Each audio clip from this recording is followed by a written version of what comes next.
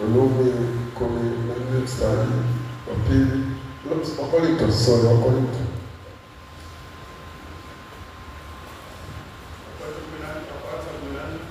Amen. Wa pili.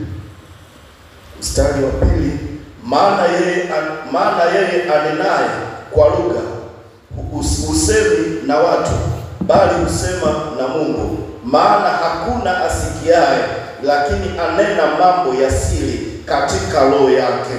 Hiyo tena. Maana yeye anenaye kwa lugha hasemi na watu, bali husema na Mungu. Maana hakuna asikiaye, lakini anena mambo ya siri katika roho yake. Jinsi Roho Mtakatifu anaweza kusaidia kuomba. Jinsi Roho Mtakatifu anaweza kusaidia kuomba.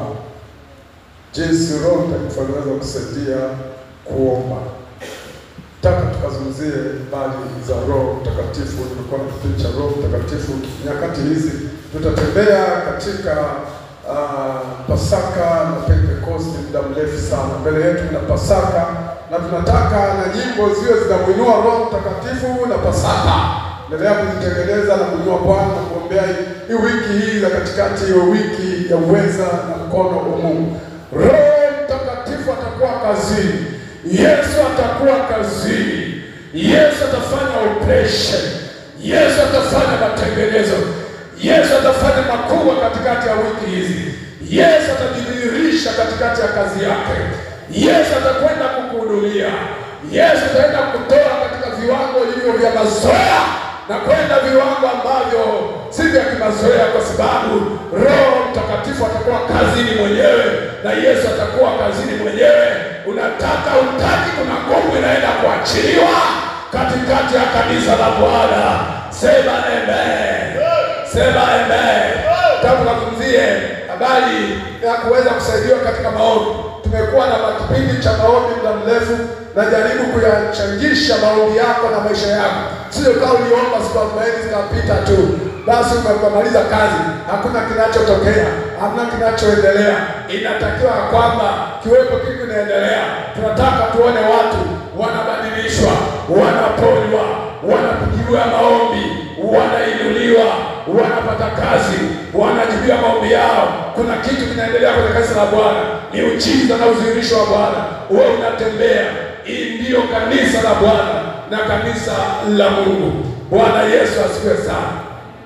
Haleluya. Tunataka kuangalia Roho Mtakatifu jinsi ambavyo anaweza kwenda kutusaidia. Roho Mtakatifu anatusaidia katika Warumi. Anazungumzia Warumi 8:26, anazungumzia jambo hilo la kuhusu msaada wa Bwana.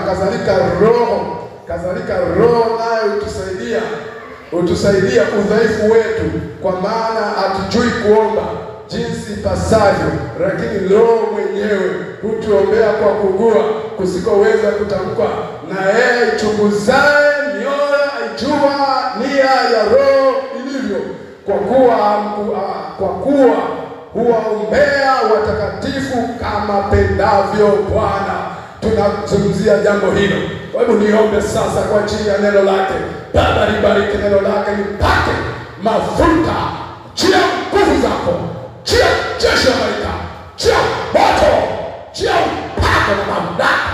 Vuvie kwa Roho Mtakatifu. Ivuvie neno la kulinena, si kwa uweza wangu, si katika kusema kwa uweza wangu, kwa nguvu, kwa uwezo na kwa mkono wako Baba, Mungu wa uzima na Mungu wa ukombozi, unaiketi mahali pa juu palipoinuka sana na hapana Mungu mwingine. Tuhudumie Bwana, tuguse Bwana.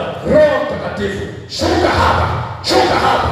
Napotamka neno lako, unashuka, unafungua watu, unaweka watu, unatengeneza watu, unabariki watu, unainua watu, unawajaza watu, unafungua watu katika vifungo na minyororo.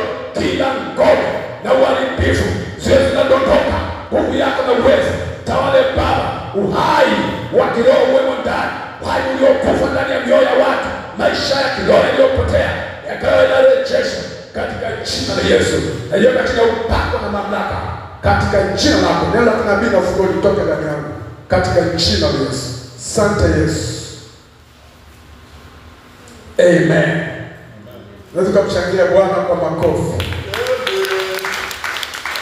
Azungumza habari ya kwamba msaada wa maombi katika Warumi. Hapa anazungumzia habari za maombi, msaada ambao upo kwenye maisha ya mtu ambaye ameokolewa. Watu ambao hawana Roho Mtakatifu wamevamiwa na mapepo, wataongozwa na mapepo, watasaidiwa na mapepo, wataguswa na mapepo, lakini watu wa Mungu tutaongozwa na Roho Mtakatifu, tutapewa ufunuo na siri na Roho Mtakatifu, tutasaidiwa na Roho Mtakatifu. Nyakati ngumu na za kutisha atatusaidia Roho Mtakatifu. Nyakati za majaribu atatusaidia Roho Mtakatifu. Nyakati ngumu na za mauti atatusaidia Roho Mtakatifu. Nyakati zilizoshindikana atatusaidia Roho Mtakatifu. Biblia inasema kadhalika Roho mwenyewe hutuombea kwa kuugua kusikoweza. Roho mwenyewe hutuombea kwa kuugua kusikoweza kutamkwa kwa akili za kibinadamu. Ukitaka kuomba viwango vile vikubwa ambavyo usingeweza kufikia, ufahamu, basi kuomba katika Roho. Kimpa nafasi Roho Mtakatifu, ndiye anaweza kuombea maombi ambayo usingeweza wewe, ambayo usingeweza kuomba. Yeye ndiye anaenda kuomba, yeye ndiye anaenda kufanya, kwa sababu unapokuwa umemruhusu Roho Mtakatifu, Roho Mtakatifu anatusaidia. Kwa nini anatusaidia Roho Mtakatifu? Kwa sababu tuko katika mwili, tuko katika akili ya mwili ya nyama na damu. Maisha yetu yana mipaka, mawazo yetu yana mipaka, ufahamu wetu una mipaka, kujua kwetu kuna mipaka. Kuna mengine tunafahamu lakini mengine hatufahamu, maana mengine yanatendeka katika ulimwengu wa roho. Kwa hiyo tunapoendelea katika viwango hivyo, ndipo sasa ambapo tumefikia ufahamu wetu, pale tumeishia nguvu zetu, ndipo Roho Mtakatifu anaingilia kati, ndipo anaanza kusaidia yale usingeweza kutamka. Anaanza kusaidia kwa sababu ya mipaka yetu. Wanadamu wana mipaka. Huwezi kujua mambo ambayo yalitukia kabla hujazaliwa. Huwezi kujua mambo ambayo yako mbele yako yanakusubiri kwa ubaya. Huwezi kujua mambo yanayoendelea sasa. Huwezi kujua mambo yaliyotukia, lakini Roho Mtakatifu hana mipaka, anajua yote, anafahamu yaliyopita, anafahamu yanayoendelea sasa, anafahamu yatakayotokea baadaye. Unapanda kuingia katika kuomba, anashughulika na mambo ambayo yamevuka mipaka yako, ambayo huwezi wewe kufanya, huwezi wewe kutenda. Yeye anaingilia kati, anakuwezesha pale huwezi kuweza, pale huwezi kufanya, anaanza kufanya pale huwezi kutamka. Yeye anatamka ile ambayo usingetamka, ile usiolijua, yeye analijua. Anaanza kufanya, anaanza kutenda, anaanza kusaidia pale umechoka, anaanza kusaidia pale umesahau, anaanza kukumbuka, anaanza kuomba na anaanza kusaidia, anaanza kuhudumia kwa sababu ya ufahamu wako. Anaanza kuhudumia. Kuna mambo ambayo yametegwa, kuna mitego ambayo imetegwa na mipango imetegwa, wachawi wametegwa, wanataka wale nyuma yako, wanataka kuangamize. Tunakuvamia, tumeleza magonjwa, tumeleza shida, tumeleza matatizo. Roho Mtakatifu anafahamu, atategua yote katika jina la Yesu. Yaliyopanga ya kutokea na kupata, hayatakupata katika jina la Yesu. Nakuombea kwa Bwana mipango mibaya iliyopangwa na wapendwa katika ulimwengu wa roho, yanayojadiliwa kuangamize. Roho Bwana shuka, vunja, ategua mitego yote katika Yesu. Tegua magonjwa, tegua mapepo, tegua uchawi, tegua giza, tegua hiyo roho inayozuia baraka zako, tegua hiyo roho iliyokufunga kwa jina la Yesu Kristo aliye hai.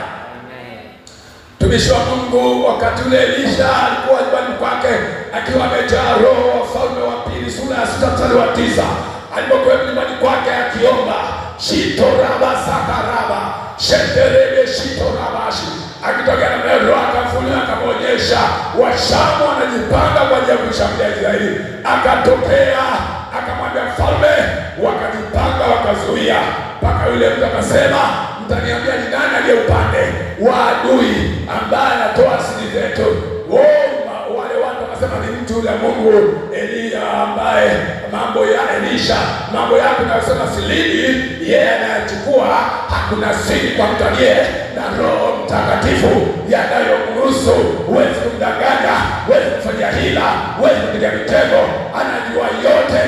Hata mapepo yanafahamu kwamba yale wanayopanga wachawi wewe unayajua, katika jina la Yesu Kristo hai. Haleluya, haleluya. Kwa hiyo akasema kamkamateni, wakataka kwenda kumkamata.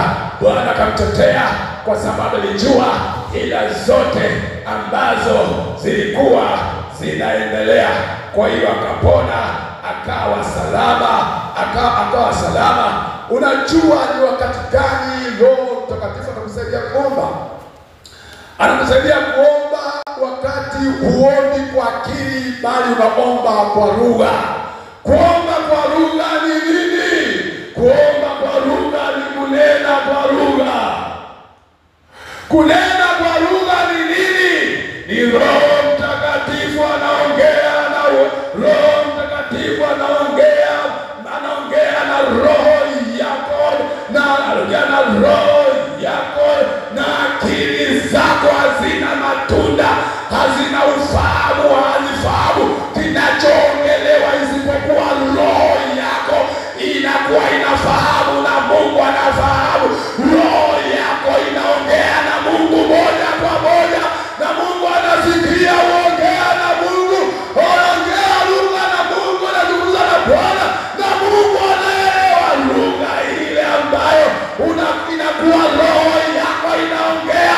Hivyo wakati unaomba katika lugha ya Moshe, unaponena unakuwa unaunganishwa na Bwana, na roho ya Bwana, na roho zako zinaungana, na unajengwa, unatiwa nguvu ya Bwana, na unaongea naye Bwana, na Bwana anakusikia na anakuelewa, na roho inaelewa, wewe huelewi, lakini roho atakuwa anaelewa.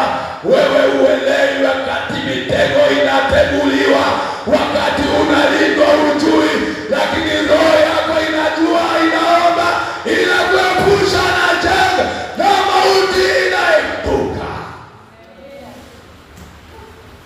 Roho wa Bwana anakuwa ndani, anaanza kuongea ndani yako.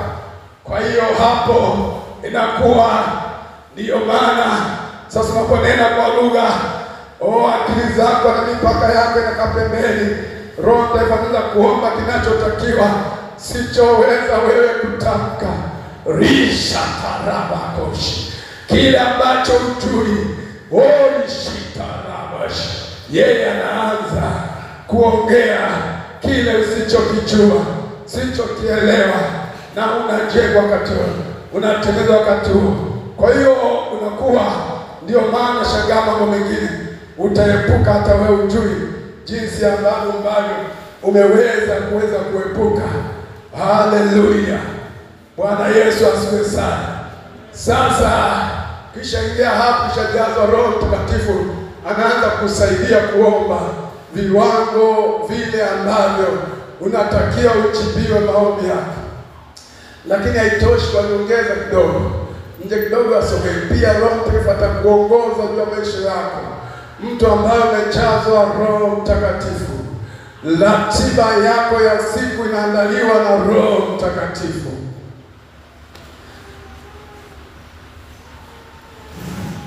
Ratiba zako zinaandaliwa na Roho Mtakatifu. Mtu ambaye amejazwa na Roho Mtakatifu na anajua kumsikiliza Roho Mtakatifu, hatakosea, hatashindwa, hatakosa kujibiwa maombi. Lazima atafanikiwa katika mipango yake. Mungu alifahamu Yesu alipokuwa hapa duniani, aliongoza na Roho Mtakatifu kwa siku. Alijua siku atapita Kapernaumu, ataombea wagonjwa, atafufua wafu. Alijua siku hiyo, alifahamu. Kama ni mtu wa Mungu, Roho Mtakatifu utakapokuwa unanena kwa lugha, atakuandalia na siku nzima itapona. Kama mtu umejazwa Roho Mtakatifu na kusikiza Roho Mtakatifu, sijui kwa nini tunashindwa kujibiwa maombi, sijui kwa nini tunashindwa kupata miujiza, sijui kwa nini ushindwe kuajiriwa, sijui kwa nini ufanye biashara ambayo haina faida, sijui kwa nini usiweze kuepuka tatizo, sijui kwa nini usishinde jaribu, sijui kwa nini. Kwa sababu kama nataka kazi, kama nataka kuanzisha biashara, uko chini ya uongozi wa Roho Mtakatifu na uhitaji wako ulionao, Roho Mtakatifu atakuongoza kuenda kwenye shirika, kwenye ofisi ambayo unatakiwa uweze kujibiwa, uweze kupokelewa, uajiriwe. Atakuongoza kwenye ofisi ambayo wanahitaji mtu kama wewe. Sema amen. Amen. Mtu kama wewe, na mtu kama wewe ambaye ukaweza ukaambaye na wenyewe wanahitaji mahali pale. Kwa hiyo unaondoka kwenda kwenye ofisi, maisha ya mtu aliyejaa Roho Mtakatifu na anaongozwa na Roho Mtakatifu, maisha yake sio ya kubahatisha, maisha yake ni ya uhakika, sio kubashiri kama na ubashiri hawa. Tukiwa na roho ya kubahatisha, utakuwa na uhakika. Kwa hiyo kama mtoto wangu anataka kazi, tunaenda kwa akili zetu na ufahamu wetu, unaenda mahali ambapo hata wala hukuhitaji, unaenda mahali ambapo hakuna jambo hili. Lakini kama unaweza roho wa Bwana, utaenda kwenye ofisi ambayo wanahitaji mtu kama wewe, na umefika kwa wakati mwenyewe. Utafika mahali pale, utashangaa wanakupokea, na saa hiyo na siku hiyo unapata kazi. Bwana Yesu asifiwe sana. Haleluya. Lakini kama unaenda kwa akili, utakwenda kwenye ofisi ambayo unakwenda kuajiriwa, unafika kwenye ofisi ambayo wanafukuza watu, wanapunguza watu.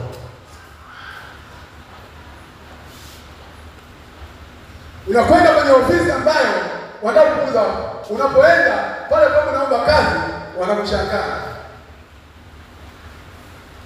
Wanakushangaa. Umekosea njia. Ukwenda mahali penyewe. Hapa tunapunguza watu. Wewe unataka kazi, wewe umechelewa. Hapa tumezidiwa. Kwa sababu umekosea. Kwa hiyo huwezi kubahatisha. Mtu ambaye anaomba mambo yako kila maeneo, itakuwa sio ya kubahatisha.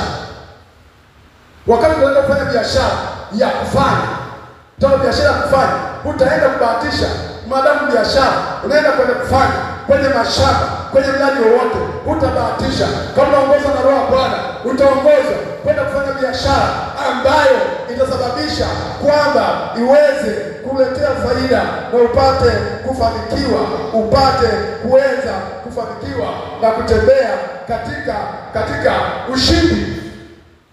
Kwa sababu hiyo, kwa hiyo mtu wa Mungu ataongozwa kwenye ratiba hizo. Bwana Yesu asifiwe sana. Haleluya. Kwa hiyo tutaishi maisha ambayo sio kubahatisha, sio ya kulia. Kwa nini unalia? Umeenda kwa akili na unaomba kwa akili. Mambo ni magumu dunia hii leo, ni ngumu na ni shida, na utafanikiwa kutumia akili. Akili zimekoma. Lakini watakaoongozwa na Roho wa Bwana, kutegemea Bwana, Roho wa Bwana, nyakati ngumu wao watafanikiwa katikati ya nyakati ngumu, kwa sababu Roho wa Bwana ataongoza pale ambapo unahitajika. Utaenda mahali ambapo unahitajika. Bwana Yesu asifiwe sana. Haleluya. Mbele kuhangaika njia ambayo biashara ambayo itakutoa itakayokufanikisha. Yeye anajua wakati unajiandaa kwa siku, Roho Mtakatifu ameandaa ratiba yako ya siku ya leo.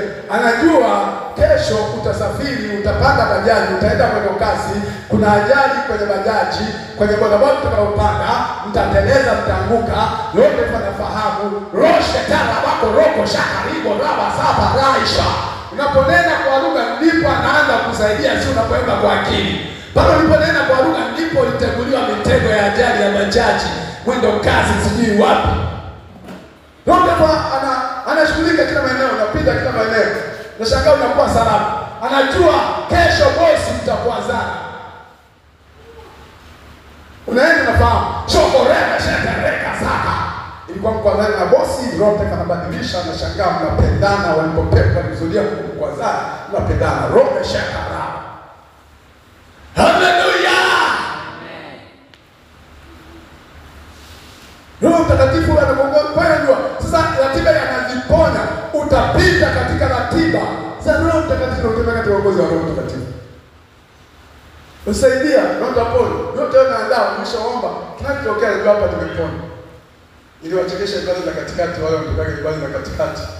Ili wachekesha siku moja, niomba Mungu, mimi ratiba nzima, tatembea, taenda wapi. Kwa hiyo nikanena kwa lugha, na nikishanena kwa lugha unajua mambo yako yanakuwa sawa. Ina kwa lugha leo ndio umetamkia, ujue umejitamkia mambo mengine ambayo mengine usingeweza. Nienda kaja kwa siku moja pale, nenda natafuta vitu na nini angalia, nikaingia sehemu moja bwana kwenye jengo la ghorofa. Ili wachekeshaga wale wengine wanafahamu baada ya katikati. Tulicheka kidogo. Nikaingia kwenye jengo lile pale. Sasa nimeingia mahali pale. Kule kwenye ghorofa kule juu ikatokea shoti ya umeme. Kabla tu juzi kabla hii kubomokea majengo yalipobomoka majengo wameua watu. Kwa harufu ya moto bado iko pale na zile jengo bado halijajengwa. Hivyo pipa ile ndani kule ilipuka. Afutikisho. Bwana wewe. Mimi nikasema leo na mimi zamu yangu kuzikwa na ghorofa hii. Na watu wote walikuwa wakisema ndio ghorofa linadondoka. Unajua msaada mmeokoka unafanya nini? Watu mule niliona nakimbia. Mama mnene lakini analuka samatuti mwepesi na pachu. Afu mtu akakanyaga hapa na kanyaga bila mgongo. Mimi nikajikuta kwa dakika mimi nakimbia nikasema sasa hii ghorofa refu lile nilipoamka niliuyoge pale. Nikapiga nikaruka nikijisinga nikifikia huko watanifua haraka. Kwa nikaruka nikakimbia. Ruka kweli. Watu pale wale wamenipa pale taruki, wale wameweka kwa chini pale taruki pia unapita juu yake, anaanza kuuliza swali. Umenikanyaga ndio nikanyaga. Amekaa na kanyaga juu mgongo na ruka. Uwe bwana sarakasi kama sarakasi, kama sarakasi. Unajua kuruka au kuruka. Nishaambia kuna mama mkubwa anapiga moja na ruka kule. Wana ruka. Baadaye bwana kuja kupita kumbe shoti ya umeme imekuwa juu kule. Unajua nilienda leo. Kama watu wote katuja kama sekunde 30 kama kimya leo lote leo kama umetulia kimya tunatafakari sema na mambo yanakuwa hivyo sisikiage tu. Sasa mambo kama hayo Roho Mtakatifu ndio alikuwa amefahamu yote hayo yatakayotokea, alifahamu kwamba kinatokea kitu gani, kwa ameandaa mazingira. Sio tunaweza kuvunja mguu bila sababu. Wewe kuja tu mguu unajiombea unapojiokoa baada ya kukuka nimeokoka unaenda mbinguni. Wewe sema unaokoka mwili unashuka, mwili umeshuka na unajiamrisha mwenyewe, unajikoki mwenyewe, mitambo ya mwili inajikoki yenyewe. Kwa hiyo lakini Roho Mtakatifu anatusaidia. Bwana Yesu asifiwe sana. Ndio kuongozwa na Roho Mtakatifu Bwana. Haijalishi kile tutamtii Roho Bwana tunakutia kwambia Roho Bwana. Kile ndio unachoenda kwenda kufanya. Bwana Yesu asifiwe sana. Haleluya. Bwana ndiye akisema akosei, atembea katika ratiba. Tembea katika njia za Mungu. Kwa Mungu akikwambia fanya kile, wewe fanya. Tenda na uongozo nao na ratiba zako kwa hivi. Kwa hivyo lazima utafanikiwa, mipango yako kufanikiwa. Sio sababu ya kulialia kuugua mimi sijibi maombi yangu, sijui kama mimi nitajenga, sijui kama mimi nitaolewa. Sikiza Roho Mtakatifu anasema nini ndio maisha yako? Maisha yako Bwana yako ni mkononi mwa Bwana. Una hofu gani? Bwana Yesu asifiwe sana. Haleluya. Haleluya. Wakati Roho anakuambia hata mazingira hayafai haruhusu, wewe tii kile ambacho Roho Mtakatifu anasema katikati yako. Mwanzo 26 mstari wa kwanza. Naweza kusoma kidogo. Lakini watu wote waliingia njaa. Ilipoingia njaa kule grave kule, watu wote wakaondoka.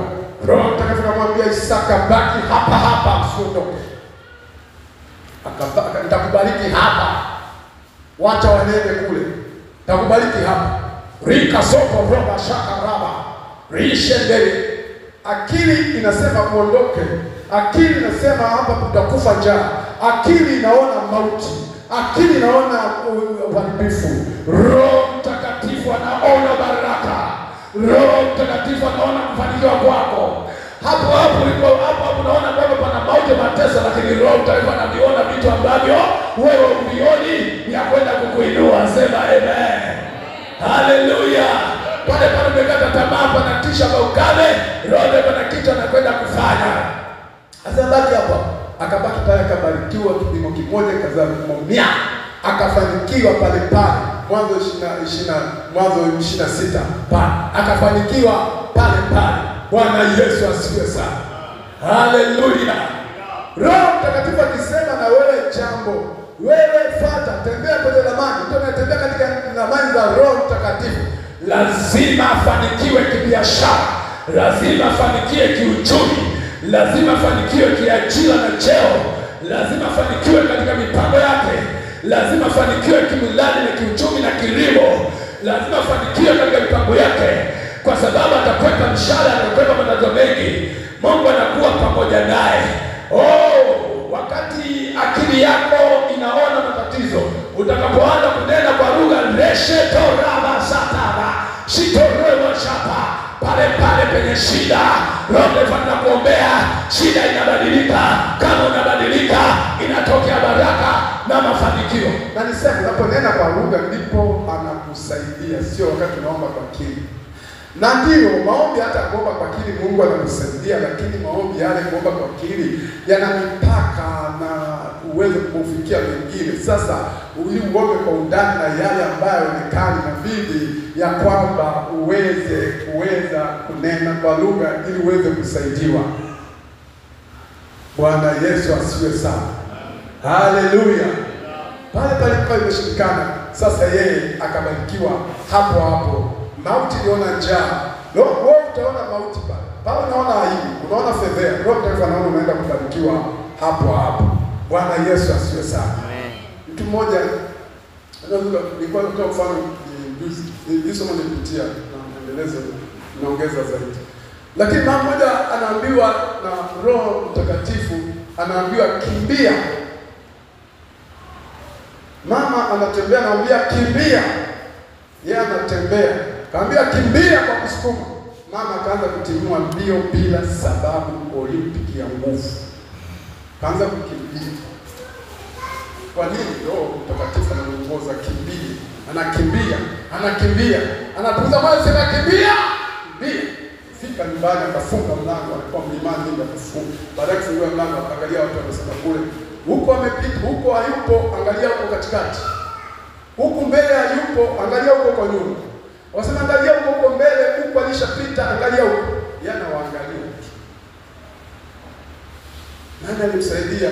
Roho Mtakatifu alisema kimbia mahali pale. Kumbe walikuwa wamevamia kutaka kumkamata, hawajui walitaka kumfanya nini. Lakini unaponena kwa lugha risheterabasaba, atakujulisha na mambo ya siri usiyoyajua, utayafahamu na kubariki na kuonyesha. Na kuambia kwa Bwana kujulisha mambo ya siri ya kufanikiwa au ya kuokoa katika jina la Yesu. Haleluya. Penda mmoja alikuwa anaongea naye. Ngambia mchungaji, niliguswa kununua kiatu. Sasa wewe mimi na viatu na nini na afu niliguswa kwanza kununua viatu. Na kweli wakati huo nilikuwa nimeenda hata Kariakoo kwenda kutafuta viatu, lakini sikuweza kufanikiwa. Hata niambia kwamba niliguswa kununua viatu tena muda mrefu, nimefika wakati huu nataka niweze. Alafu na uhitaji kweli. Toka nimeanza kuhubiri kwenye na ubiri kwenye vyombo mbalimbali, kwa lazima ukae kwa utaratibu na kiheshima katika mahubiri ya kimataifa. Bwana Yesu asifiwe sana. Sikae tu unapohubiri hapa kwenye madhabahu kama narusho, unakaa tu sweta imechanika, kwa mambo yanakuwa vizuri. Kwa kumbe na uhitaji huo, na sitegemea kama kuna mtu anaweza kawaza, lakini Roho Mtakatifu alipokuwa anasema, anaona kwamba mtu huyu hana shida, hana tatizo, lakini Roho Mtakatifu anataka kuonyesha kwamba mtu ana shida. Sio mtu anaimba kwaya hapo kasikia ana matatizo kaacha kuombea. Ana shida, ni matatizo makubwa tu sana. Roho anakuambia ombea ndoa yake. Muombee huyu mchawi hata kama na wewe ti. Ombea hata amekata tamaa, ombea tu. Si roho mafanya. Roho anafahamu. Bwana Yesu asifiwe sana.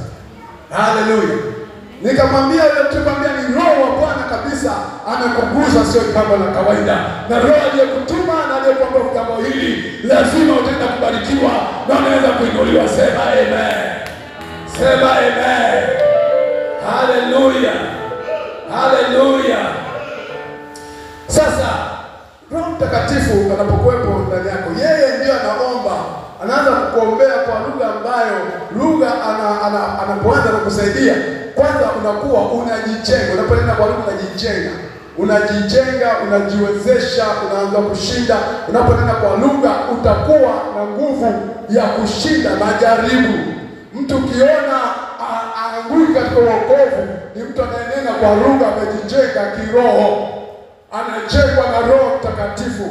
Mtu ananena kwa lugha ni mtu wa ibada, ananena kwa lugha, hawezi kuanguka dhambini. Anasema nafsi yako ijenga, maana akili yake haina matunda, lakini ujijenga nafsi yake na roho yake, uomba kwa Bwana. Mtu wa namna hiyo itakuwa ni ngumu kuweza kuanguka katika dhambi. Bwana Yesu asiwe sana. Haleluya, haleluya. Haleluya, haleluya. Hawezi kuanguka katika dhambi, atatembea katika ushindi na atatembea katika majaribu, lakini ameimarika, amepata kipa imara ya Roho Mtakatifu, nguvu ya kumsaidia, hawezi kuanguka. Yupo anayemsaidia katika kuomba, wakati wa kunena kwa lugha, anapopanda kusaidia.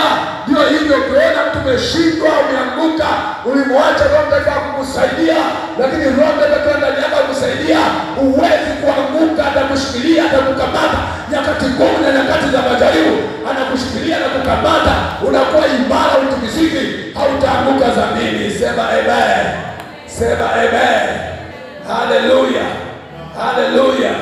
Unapoomba kwa lugha, unaponena na kuomba kwa lugha, pia itakusababisha kwamba Roho Mtakatifu akusaidie kutubia dhambi zingine ambazo hata usingedhania kama dhambi kubwa au ndogo. Atakusaidia kwenda kuomba. Warumi 8:20 ngapi pale anazungumzia, Warumi 8:23 pale. Roho Mtakatifu anaponena kwa lugha, yeye atakusaidia kuweza kutubu na kukutakasa na kukuosha. Kuna dhambi zingine hata usifahamu kama umetenda dhambi. Kuna matatizo mengine. Kuna dhambi zingine nafikiri kwamba hii sio dhambi, kumbe ni dhambi mbele za Mungu.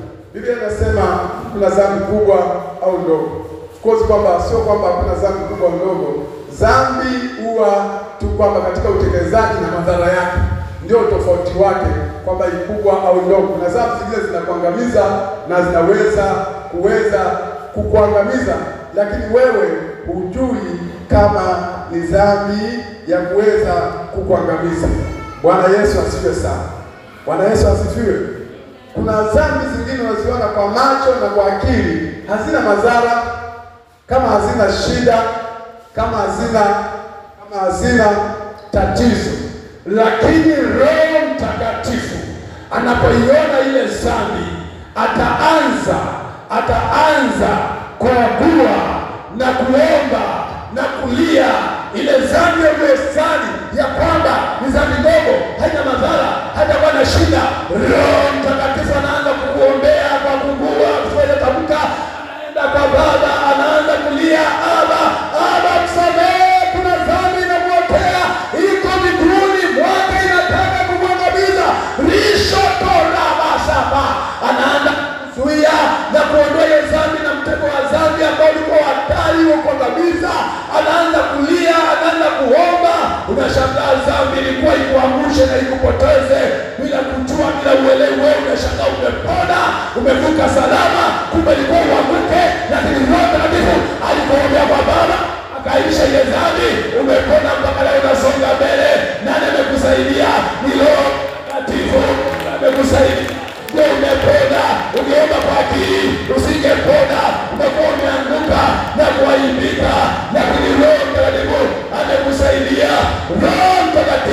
akusaidie juu ya dhambi ambayo inakuotea, dhambi unadhani ina madhara, kumbe imepanga kukuangusha, dhambi usioijua na tatizo usiolijua.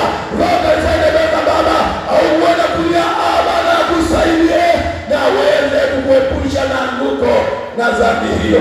Bwana Yesu asifiwe sana. Watu wengine walianguka kwenye dhambi, walizani kwamba ile dhambi sio ni dhambi tu ya kawaida. Ukiangalia Sauli, kosa ya dhambi alikataliwa. Unajua alikataliwa ombi lake. Alienda mbele za Mungu kuomba asamehewe, akakataliwa. Akasema utasamehewa. Pale Samueli 15 pale. Nisoma kwenye maandiko na mfunzo. Akakataliwa. Tunaona Adamu na Eva dhambi yao ile walifika mahali ambapo walipata laana. Tunaona Esau kwa kula chakula tu cha siku moja alikosa baraka. Alianza kukosa baraka. Yuda tunaona inamnyamia dhambi na kaenda kuondolea akaanguka. Tunaona Sauli, lakini tunaona mtu mmoja kusoma Samueli wa kwanza 11:13. Tunamuona Daudi anaanguka kwenye dhambi ya uzinzi na Bisheba kwa mke Uria. Anaenda kulia mstari wa 13 anatenda dhambi. 15 mstari ule wa Samueli 15 pale mstari ule wa 24 anatubu na Mungu akasema nimekusamehe. Unajua wakati unaona dhambi hii ni kubwa ai ndogo, Roho Mtakatifu unaona vipimo kwamba dhambi unaona ndogo hii itakupeleka jehanamu. Sasa unapoanza kuomba kwa kunena kwa lugha, unashangaa Roho Mtakatifu ilikuwa dhambi kuangamize, na unashangaa unapona na unaepuka na unasamehewa, na ile dhambi ni ndogo, unashangaa inakupeleka jehanamu, inakuangusha kwa sababu unaomba kwa akili na mawazo yako. Dhambi zetu zina mipaka, lakini utakapoomba katika Roho Yesu ataenda kuomba viwango vya kuondoa dhambi yoyote na utaweza kusamehewa. Sema amen. Sema amen. Haleluya, haleluya. Na unakwenda kusamehewa. Bwana Yesu asifiwe sana. Haleluya. Kwa hiyo tunaona hapo Roho Mtakatifu ndio msaada hata katika kutakaswa, kuomba utakaso. Ni Roho Mtakatifu ambaye anaweza kukutakasa vizuri. Ukiwa kwenye maisha unajua kwenye maombi, ukianza kunena kwa lugha, ukaanza kunena kwa lugha, utakapoanza kunena kwa lugha, Roho Mtakatifu anaweza kukutakasa, akaanza kukuosha na kukutakasa. Bwana Yesu asifiwe sana. Haleluya. Haleluya. Okay, tuzungumze, niingie ndani kidogo tumalizie hapa. Muda umekimbia. Niangalie mambo ya muhimu ya kuweza kuangalia. Inawezekana mtoto wa Mungu umeomba jambo fulani mbele za Bwana. Tuangalie sasa Roho Mtakatifu anasaidia katika maombi. Na usaidiaje katika maombi? Inawezekana mtoto wa Mungu umeenda mbele za Bwana, umeomba baraka. Mungu nibariki. Mungu nipe gari, nipe nyumba, nipe mke, nipe mume, nipe ajira, nipe kazi. Funga siku 40 Bwana, natembea na Bwana, naenda pamoja na Bwana. Kwa hiyo Bwana, naomba nipatie, naomba nijibu maombi yangu, sikia maombi yangu. Unaenda mbele za Bwana, unaanza kulitia jina la Bwana na kuomba. Kwenda mbele za Bwana, kuna wakati maombi yatakuja unajibiwa mara moja, kuna mengine shangaa imechelewa, wengine kwa. Na katika maombi nisema kwamba katika maombi unaweza kupata majibu aina kama 3. Jambo la kwanza, maombi Mungu anaweza kusema hapana. Jambo la pili, Mungu anaweza akasema ngoja kidogo. Jambo la tatu, anaweza kusema pokea, nimekujibu sasa hivi. Katika nyakati hizo, katika maombi nyakati zote hizo utakutana nayo maombi kama haya. Sasa umeenda mbele za Bwana, umeenda kuomba gari au nyumba au chochote ulichoomba, umeenda mbele za Bwana. Mungu anaweza kukwambia hapana kama jambo hilo litakwenda kupeleka jehanamu, kwa sababu kusudi lake lake kubwa, kwa sababu Mungu kusudi lake kubwa katika maisha yako, jambo la maana kuliko yote sio baraka, sio cheo, sio kuinuliwa. Jambo kubwa la kuleta hapa wewe uende uzima wa milele, uepuke jehanamu. Hilo ndio jambo la maana kuliko yote mbele za Baba aliye hai. Mambo mengine yanafuata. Haleluya, haleluya. Kwa hiyo tunaona kama kuna jambo hilo ambalo umeomba litakuletea matatizo, anaweza akakwambia hapana, litakuletea matatizo, hilo halikufai uliloomba. Na ndio maana tunahitaji mtakatifu wakati wa kuomba, ili tusiombe vitu vingine ambavyo vinaweza kutupoteza katika ufalme wa Bwana. Lakini kwa njia katika kuomba katika Roho Mtakatifu, utaomba vitu ambavyo vitaendesha wokovu na baraka itaendeshwa pamoja. Bwana Yesu asifiwe sana. Daudi mtumishi wa Mungu Paulo aliweza kuomba mara 3 kwamba Bwana niokoe na jangwani, huyu pepo amtoke, lakini pepo hakumtoka Paulo. Pepo hakumtoka Paulo. Alipigwa na mwiba na shetani, ilikuwa ni pepo. Alipigwa magonjwa na mapepo, alafu akaomba kwamba ondoka pepo. Akasema hataondoka huyo pepo, atabaki hivyo hivyo kwa ajili ya maslahi ya kiroho na maisha yako, kwa sababu akiwepo huyo pepo atakusaidia wewe kutunza kiroho chako kwa maslahi ya faida yako. Kwa hiyo huyo pepo, mwiba wa shetani na kipepo, mwiba wa shetani na kipepo ni nguvu za giza na uharibifu ambao umetengenezwa na mapepo wasio akili na sio kwa macho na nyama, bali matatizo katika ulimwengu wa mapepo. Kuna magonjwa ambayo yanatokana na mapepo na magonjwa ambayo hata ukitumia dawa zote haitaweza, mpaka dawa yake ni imani, kumwamini Mungu tu ndio ambaye anaweza kukuponya matatizo mengine. Sema amen. Na hii tunaamini, watu wa Mungu wote tunaamini ndivyo ilivyo. Sema amen. Mungu akamwambia haitakutoka hiyo. Kuna matatizo mengine Mungu hatakupa, alikukatalia kwa faida na ni mazuri na ni muhimu kwamba uweze kuwepo hivyo. Unachoomba anafahamu mbele yake, Roho Mtakatifu anafahamu sisi kupata kinachotokea mbele zako. Kwa hiyo atafanya ya kwamba aseme hapana, hapana, akamkatalia akasema hapana, hautaweza kujibiwa, utaweza kupokea. Haleluya, haleluya. Kwa hiyo ikawa ni hapana. Lakini wakati unaomba maombi, lazima Mungu aseme. Siseme tu kwamba Mungu amesema hapana. Nikwambia nini kwamba hapana? Sio tuseme kwamba Mungu amesema hapana wakati Mungu hajasema. Mpaka Mungu aseme ili kwamba hapana ndio naachana nao. Wakati huo mwingine Mungu anakujibu hapo. Mungu akamtokea Ezekia alipokuwa anaugua magonjwa, ugonjwa, akaamilia Bwana akasema, Bwana uniponye na pepo na mauti liondoke katika maisha yangu. Kumbuka hilo kutumikia. Mungu akashuka saa hiyo, pepo na mauti likaondoka, akawa salama. Haleluya, haleluya, haleluya, haleluya. Kuna wakati Mungu atatujibu hapo kwa hapo. Kuna mambo mengine lakini Mungu atakwambia ngoja kidogo. Haleluya. Ayubu Mungu akamwambia ngoja kidogo. Mungu alimwambia Yusufu ngoja kidogo. Mungu alimwambia Daudi ngoja kidogo. Asubiri ya kwamba kuweza kujibiwa mahitaji ili kuweza kujibiwa. Bwana Yesu asifiwe sana. Haleluya. Elia alimwomba Mungu papo kwa papo, jibu likatokea, ombeni nanyi mtapewa. Akaomba, moto ukashuka katikati ya madhabahu. Miungu ya bahari ikazima moto. Mungu wa Elisha kumia Bwana akashuka akajibu hapo. Haleluya. Nawapenda maombi ya papo kwa papo, touch for touch. Haleluya, haleluya. Watu wanapenda maombi ya papo kwa papo, na ni kweli ni mazuri, yanamuinua Bwana, yanamtukuza Bwana. Lakini ukubali pia kuna wakati mwingine unahitaji njia ndefu kuweza kwamba ujibiwe maombi yako. Haleluya, haleluya. Sasa wakati Mungu amekwambia ngoja kidogo, Mungu anaweza kukwambia ngoja kidogo. Isaya 43:26. Isaya 43:26. Mungu anapokuambia ngoja kidogo, maana yake uendelee kusubiri na uendelee kungoja, uendelee kuomba bila kukata tamaa na uendelee kumkumbusha. Nisomee pale. Unikumbushe na tuojiane, eleza mambo yako upate kupewa haki yako. Haleluya. Bwana Yesu asifiwe sana.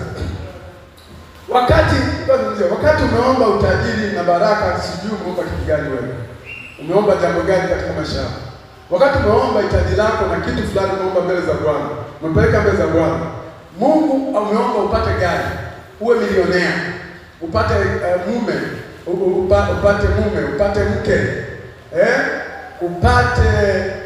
upate kazi, ujenge sijui kitu gani. Mungu anataka kuponya. Mungu wakati unamuomba jambo kama hilo, anaangalia kiwango cha kiroho chako kinastahili kuweza kupokea. Jibu lako nimekujibu, ndio nitakujibu, ila subiri kidogo. Bwana Yesu asifiwe sana. Haleluya. Ila subiri kidogo. Hilo jambo nimesikia nitakujibu, lakini subiri kidogo. Kwa nini? Hujafikia viwango na vigezo vya kuweza kustahimili baraka na kuendesha wokovu, kuendesha utajiri na wokovu. Tunaongea hapa asubuhi kwamba kuna watu Mungu akifanikiwa anaacha kwenye ibadani. Kwa je, una uwezo ukapata hicho, unaweza ukapata hivyo, ukapata wokovu, ukapata wokovu na ukaendelesha na utajiri. Ukaendelea ukana hela na ukaendelea na wokovu. Au ukipata utajiri utaacha. Wewe ndio unakuwa unafahamu na Mungu anakuwa anafahamu haya. Kwa hiyo anataka kwamba akutengeneze kwanza ufike viwango vya kuweza kumiliki baraka na mafanikio na cheo, na Yesu naye umwachi Yesu. Haleluya. Haleluya. Sio uwe na baraka Yesu mwache. Wapendwa, hapa tunaangalia na ukifanikiwa hapa hatukuoni. Roho Mtakatifu anafahamu. Ndio maana anasema subiri kidogo. Wewe unalia kuolewa, mkiingia mtu anajua ukienda sasa kuolewa. Mpaka ukione cha moto utengeneze hapo. Utaenda kutesa mume wako. Ndio angapo tunatengeneza hapa zinakuwa kazi kweli. Kumbe ilitakiwa usubiriwe tu uliwaishwa. Mungu alikuhurumia kawesha, lakini umeingia mahali pale umeshaolewa, tayari na Yesu umemwacha, ndio unamsumbua mume wako, unakuwa ni shida. Namsumbua mume wako, namsumbua mke wako, umebadilika, yani umekuwa shida. Huwezi kusimamia majukumu ya ndoa yako. Ndio maana kwa uteseke kwanza, hivi uteseka kwanza uweke sawa. Ufike viwango vya ufadhili. Na kiroho chako kizidi kuduai kutafuta Mungu, kwa sababu hata kupandisha viwango. Hata kupa vile viwango ambavyo unataka. Hata kupeleka utajibiwa. Itategemea kiroho chako na kutafuta Mungu, kwa sababu Mungu anataka akuweke mahali wakati kiroho chako kimekaa vizuri. Wengine tunawaambia tu Mungu hurumia huyo, lakini maisha yake anatengeneza kuingia kwenye baraka hizo. Anataka kazi hizo, Yesu atamwacha hapa. Kwa hiyo inakuwa ni shida. Kwa hiyo Mungu anashughulika kwanza. Nilikuwa naongea katikati hapo, umewahi kuona kumbe umeomba baraka halafu unapata matatizo.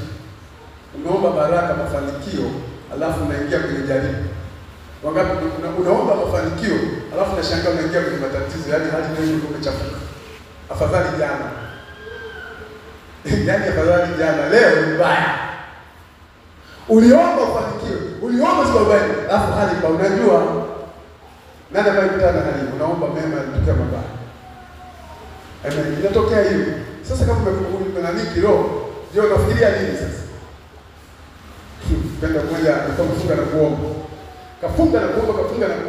Kaomba alikuwa mpambana.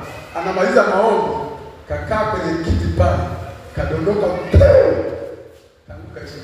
Jamani, nimefunga na kuomba, unakuja shida na nipiga. Ndio inatokea. Isikupe shida. Kwa nini unakutana matatizo haya? Mungu sio kwamba hajasikia maombi yako wala sio chochote. Ulipotangaza kuombea tatizo, Mungu amesikia maombi, ila anataka aweze kukuchonga na kukutengeneza uweze kustahimili kufaa kuingia kwenye baraka ambazo unaziendea. Mungu anatumia neno lake kukuchonga. Mungu anatumia majaribu kukuweka sawa. Mungu anatumia majaribu kukuweka sawa ili uweze kukaa vizuri. Atatumia hayo ili kupandisha viwango vya baraka, kwa kwenda kwenye baraka ambazo umeishaomba. Kwa hiyo unapopitia matatizo na magumu wakati umeomba, unataka kuinua kupitia magumu, usiogope, ni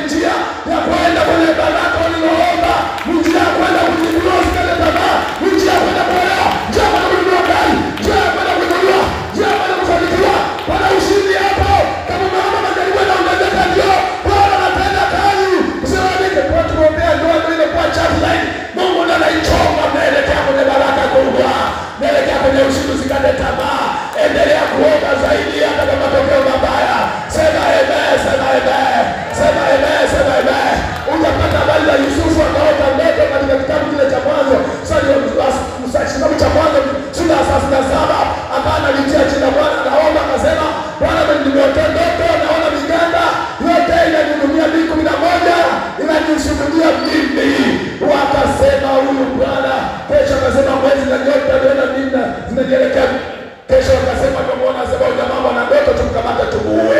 Alipotangaza kuinuliwa, potangaza mafanikio na habari njema na kuenda kwenye mafanikio na baraka na mambo makubwa, usitaraji na amani na usalama, ndio vitu vinaongezeka, ndio mapambano yanaongezeka, kwa ndio na Bwana na shetani na kujaa kuzuia.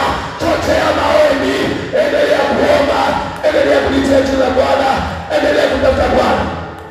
Zaburi 119 mstari wa 71. Zaburi 119 mstari wa 71 msome pale. Ili kuna mambo mengine ili ufanikiwe lazima uingie kwenye mapambano na mambo yawe mabaya. Wakati mambo yanakuwa mabaya, hakuna mtu anayepitia mambo mabaya alafu akawa amekaa tu bila kumtafuta Bwana. Bwana utapanda kumlilia Bwana, kutafuta Bwana, kiroho chako kinapanda, nguvu inaongezeka, silaha zinaongezeka, nguvu zinaongezeka. Unashangaa kwamba unaendelea na unafanikiwa na unaendelea kusonga mbele na unaendelea kuendelea kufanikiwa. Sema amen, sema amen. Zaburi 119:71. Kama umepata nisome tafadhali, ili tukapate kumwomba Bwana kulitia jina la Bwana. Ni saka ndio 71 tafadhali. Haleluya. Kwa hiyo hapo Bwana anakuwa kazini. Kuna jambo la kufanya wakati unaomba mambo hayaendi vizuri, sio wakati wa kukata tamaa. Ndio wakati wa soma. Ndio wakati wa kupiga vita vizuri vya imani yetu ya kiroho. Haleluya. Haleluya. Soma. Ilikuwa ni vema kwangu kuwa naliteswa, ilikuwa vizuri nipate kujifunza. Haleluya, piga Bwana makofi. Unateseka na shida, ni vema ujifunze, ni vema ubarikiwe, ni vema uinuliwe. Hayo mateso sio bure. Utafanya nini katikati ya mateso? Katikati ya mateso endelea kumwomba Bwana. Luka 18:1, ombeni bila kukoma. Sasa nilike 5, ombeni bila kukoma. Anaendelea kusema pale, endelea kumchezea Bwana, endelea kumwomba Bwana, endelea kumchezea Bwana na kumtafuta Bwana, na Mungu ataendelea kutenda kazi, na Mungu ataendelea kuendelea kufanya. Sasa ndipo pale wakati huo unaendelea kuomba, usikate tamaa. Ndipo Biblia katika Isaya 46 nasema, mkumbushe Bwana mambo yenu. Huo ni utaratibu Mungu ameuweka kwamba uweze kumkumbusha Bwana mambo uliyoomba. Mambo uliyoomba inaweza kupita miaka mingi iliyopita. Leo kwamba muda gani Mungu alikwambia subiri. Naposema subiri haimaanishi kwamba ukae kimya. Ukikaa kimya Bwana atakupita, ataondoka. Bwana inawezekana ombi uliloomba, uliambia subiri kidogo. Sema subiri kidogo, endelea kumkumbusha Bwana, endelea kulitaja mbele za Bwana, endelea kukaa mbele za Bwana. Usiache hata kama hali mbaya, endelea kusema na Bwana kwamba Bwana anakuhitaji. Unapoendelea vile, wakati ukifika, Mungu anakuja, anakukuta, bado unasubiri. Lakini kama uendelee kumkumbusha Bwana, Bwana atakuja na atakupita. Kuna watu wengine maombieni ulishajibiwa, umepitwa, usubiri mwakani tena. Alikuta umekata tamaa, umeacha kuombea ile jambo.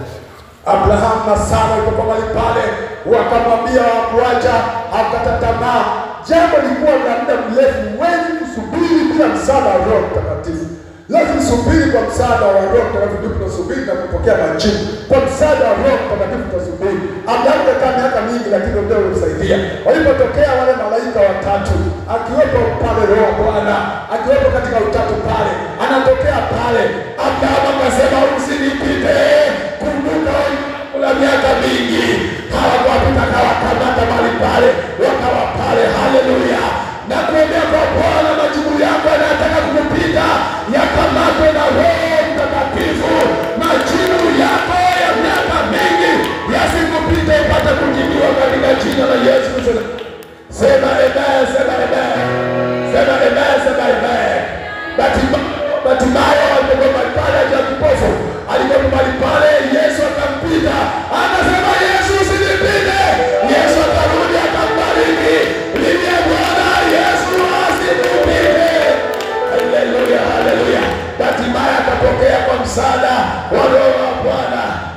Sasa wakati umeomba muda mrefu, Roho wa Bwana ndio ataenda kugua na kulia.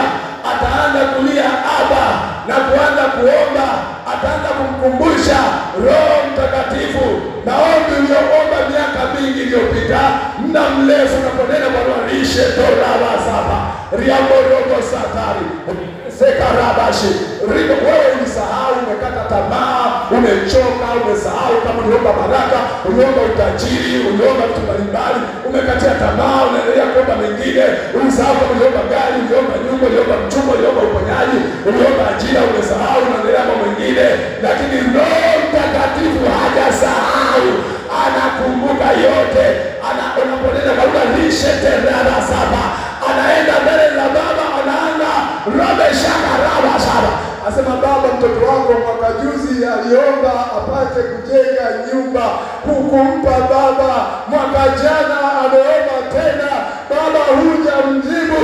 Mwaka huu ni zamu yake, lazima umjibu Baba. Mtokezee mwana Baba, zamu yake mwaka huu. Anaanza kuja Baba, Roho Mtakatifu anaanza kumkumbusha wengine. Ulishakatia tamaa, yeye akati tamaa, yeye asahau, anayakumbuka yote, anakuombea, anaanza kuja mbele Baba. Unashangaa mambo mengine uliomba miaka mingi, leo unajibiwa. Haleluya. Nisema, mbona niliomba siku nyingi, Roho Mtakatifu anaendelea kuombea na kukumbusha, na amekuletea majibu, amekamata majibu kule yako. Bwana Yesu asifiwe sana. Nyakati ngumu na majaribu magumu, Roho Mtakatifu anakuwa kazini kukusaidia na kukuombea na kukusaidia haya majibu ambayo analia, anaenda kutaja viwango ambavyo usingeweza kutamka. Anakwenda sehemu ambazo usingeweza kwenda kufika. Anatamka lugha ambayo usingeweza kutamka.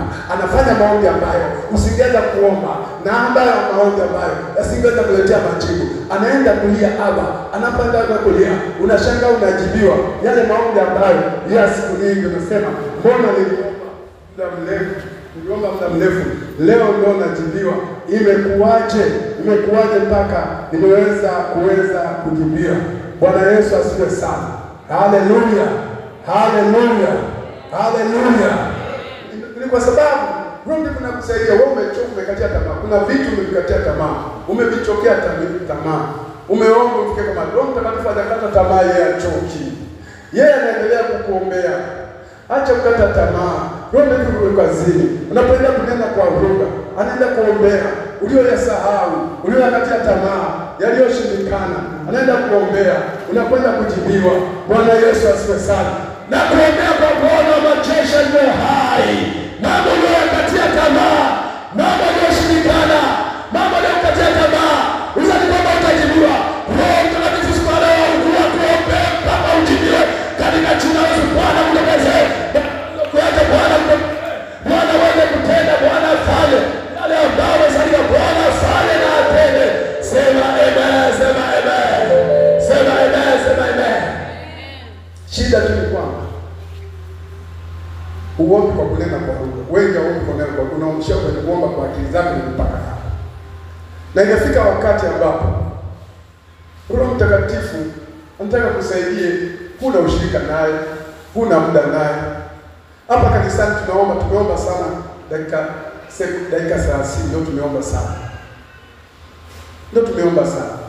Lakini Roho Mtakatifu alikuwa na mambo mengi ya kuombea. Unaanza kuomba ringo boso pono bosha para baka, una mzima tunakuzima. Sasa Mtakatifu alikuwa anaomba, Baba msamehe dhambi mwaka jana, angekuwa ameanguka. Baba mkumbuke ombi la juzi uliomba, mjibu Bwana. Ombi la mwaka juzi ile ambao kujibu, anatakiwa ajibiwe sasa.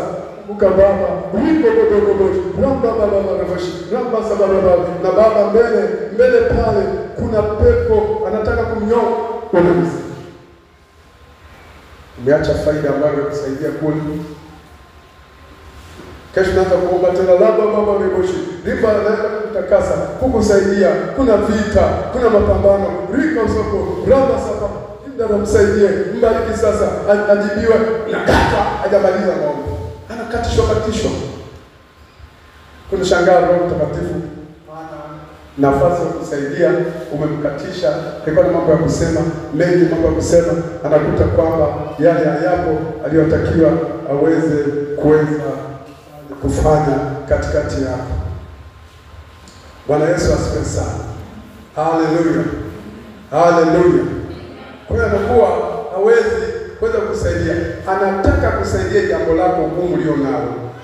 Sasa unaomba kwa akili na akili hailijui hilo jambo. Akili inafikiria lingine, lakini roho ikifanya kitu kingine. Wakati unaombea baraka, anaombea uzima wako mwaka huu, pepo inatanga siisha sikuwepo.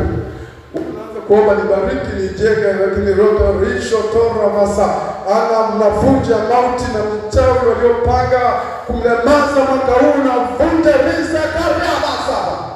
Unasema Baba nipe gari, nipe gari, nipe gari. Baba wewe usiku wa leo ujui wanataka roho yako wanitafuta.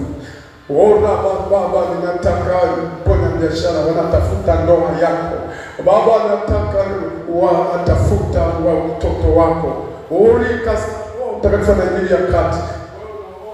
Unaomba kawaida tu kwa sema kuna mapepo yanataka mwaka huu usipate faida, hata isipate faida wewe unapata hela ndogo ndogo. Rabe kasaka tara, kuna hatari iko katikati yako.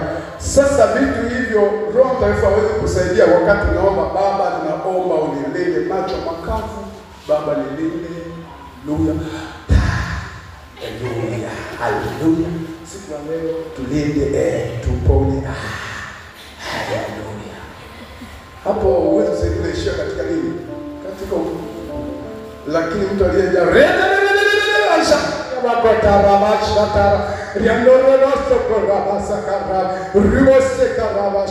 unakwenda shambani kule polini, Roho Mtakatifu anaona kuna joka itadondoka juu ya kichwa. Siku moja hapa tumekaa tu hapo, nyoka kadondoka juu yangu hapa. Nyoka lidondoka hapa kwa niko. Akadondoka shuka. Alikuwa anashuka hapa kwangu. Akapigwa na upepo. Mimi naweza kujua ni Roho Mtakatifu, mimi sikujua. Kuna nyoka tadondoka juu ya kichwa changu. Roho Mtakatifu jua na alipiga na upepo. Huwezi kujua jambo lolote lilo katikati. Utaanza risho toreba na mabarebesho. Ya wakaparaba kashakataraboshi. Roho Mtakatifu anaondoa hatari yako, anaondoa hatari iliyo mbele yako, anakamata baraka zilizopita, analeta majibu ya nyumba, anavunja maadui wanaojipanga na kuonyesha hatari kule shambani. Wamepanga joka, anafukuza kabla pale, anaanza kukemea aliondoke njia zilizopita, anategesha ajali kwenye bodaboda na majani. Roho Bwana nao kuemea majani zote, mapepo ya ulevi yote yaondoke, wachawi wanapanga wale nyama yako. Roho Mtakatifu anawatawanya, usiende kufanikiwa kumafaa. Roho anaenda kuomba, atasema wakati gani? Wakati unashaka rabasha na kuombea kwa Bwana katika jina la Yesu. Unapoenda kunena kwa lugha, jambo mbaya litaguliwa na Roho Mtakatifu. Mitego yote itaguliwa, ile mitego ya adui na giza iliyopangwa pamoja na lugha inakoke na changamoto kwa jina la Yesu. Maombi yako ya muda mrefu yaliyozuiliwa yaletwe na Roho Mtakatifu.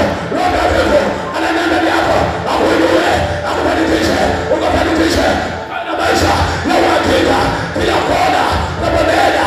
Roho Mtakatifu alete ulinzi, akukomboe, akutie nguvu, akuwezeshe pepo watoke, anakupatia maono na Roho Mtakatifu rasata rabakasha robo soko rabasha yabarabakasha barabasha rinere tarabasha risata rabakataru rindo robo shakara robo. Simama juu pale ulipo, simama juu pale ulipo.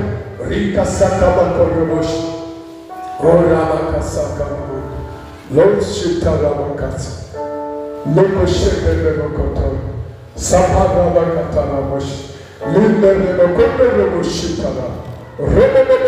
Jumapili niona watu wengi wamejaa Roho Mtakatifu, niona watu wengi wamejaa Roho Mtakatifu. Sija kuendelea kunena kwa nyumbani, Usiponena unashangaa unampoteza. Ukiendelea kunena kwa lugha na kuomba, utakuwa naye. Utaendelea katika maisha yako, utatembea, atakwenda naye, atakuhudumia, atakutia nguvu, atakujenga. Hutaanguka katika wokovu, hutaanguka katika majaribu, katika mitego, hutashindwa, utakutambaa, utatakasa, utaongoza na wewe, utatenda dhambi, utatembea mitego, utaongoza kwenye kazi na biashara, jinsi ya kupata faida, jinsi ya kulima, jinsi ya kusoma, jinsi ya kuishi maisha matakatifu. Yeye atakuongoza. Resa taraba. Utaponena kwa lugha, kuna nguvu utatembea. Kuna wengine unaweza kuona maono mahali hapa. Kuna vitu utaanza kuonyesha mahali hapa. Kuna vitu utaanza kuviona vikubwa kwenye maisha yako. Kuna baraka utaanza kuziona.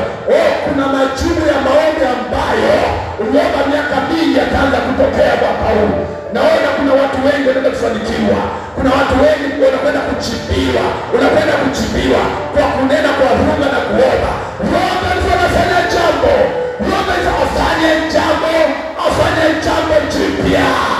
Shindelebe koto roboshi. Tumwabudu Bwana.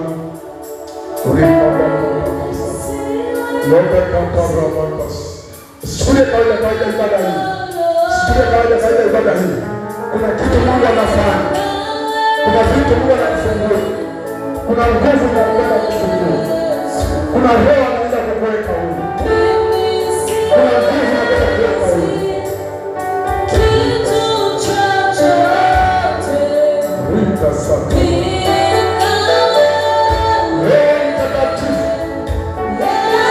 Anaweza kukuambia usitoke leo kwenye ibada mpaka ibada ya jioni, ndipo atamaliza matatizo yako.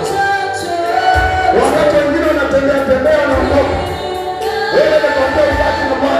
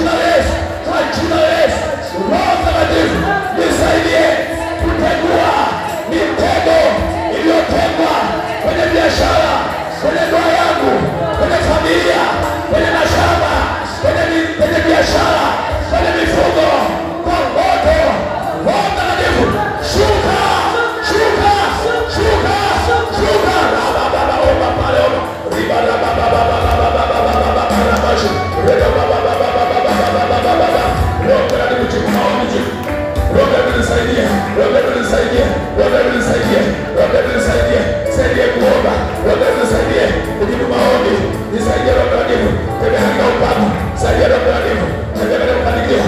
Riba baba baba baba baba baba riba baba baba baba omba Roho, nenda kwa lugha sasa, nenda kwa lugha sasa, uniende Roho Mtakatifu ambaye unajaza mwambie niulize, mwambie nijaze.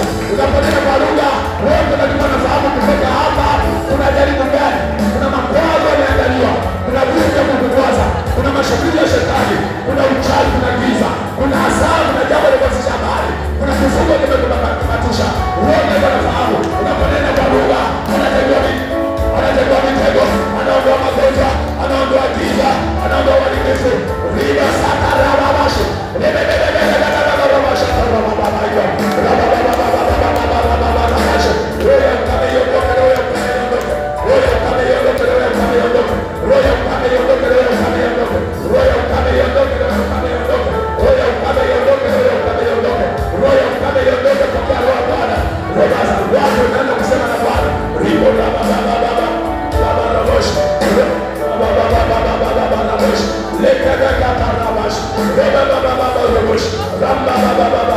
ushindi wa Bwana uko katikati yako. Roho wa Bwana katikati yako. Roho wa tamani aombe.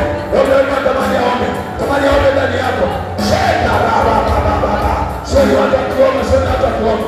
Niko baba baba baba baba. Roho baba baba baba baba baba. Kuna kitu Mungu anafanya. Shida ile tunaponena kwa lugha. Mungu anakuombea kama atakavyo yeye. Roho anakuombea kama atakavyo yeye. Wanawasiliana na Bwana. Rishe tena baba baba. Laba karaba safarabo. Roho baba kataraba. Pokea roho kusaidia kwenye majaribu. Pokea roho kusaidia kwenye majaribu. Pokea nguvu za Bwana sasa. Pokea uwezo wa Bwana. Pokea nguvu ya kuwa shahidi.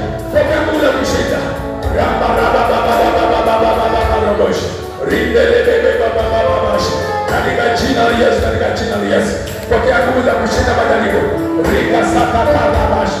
Robo baba baba baba baba roboshi. Ramba baba baba baba roboshi. Katika jina la Yesu, katika Yesu. Ramba baba baba baba. Pokea nguvu ya kusaidia shida ulizonazo. Pokea nguvu za kusaidia. Pokea nguvu ya kusaidia katika jina la Yesu. Pokea nguvu za kusaidia, nguvu za kuzinga, nguvu za kuzunguka. Pokea roho.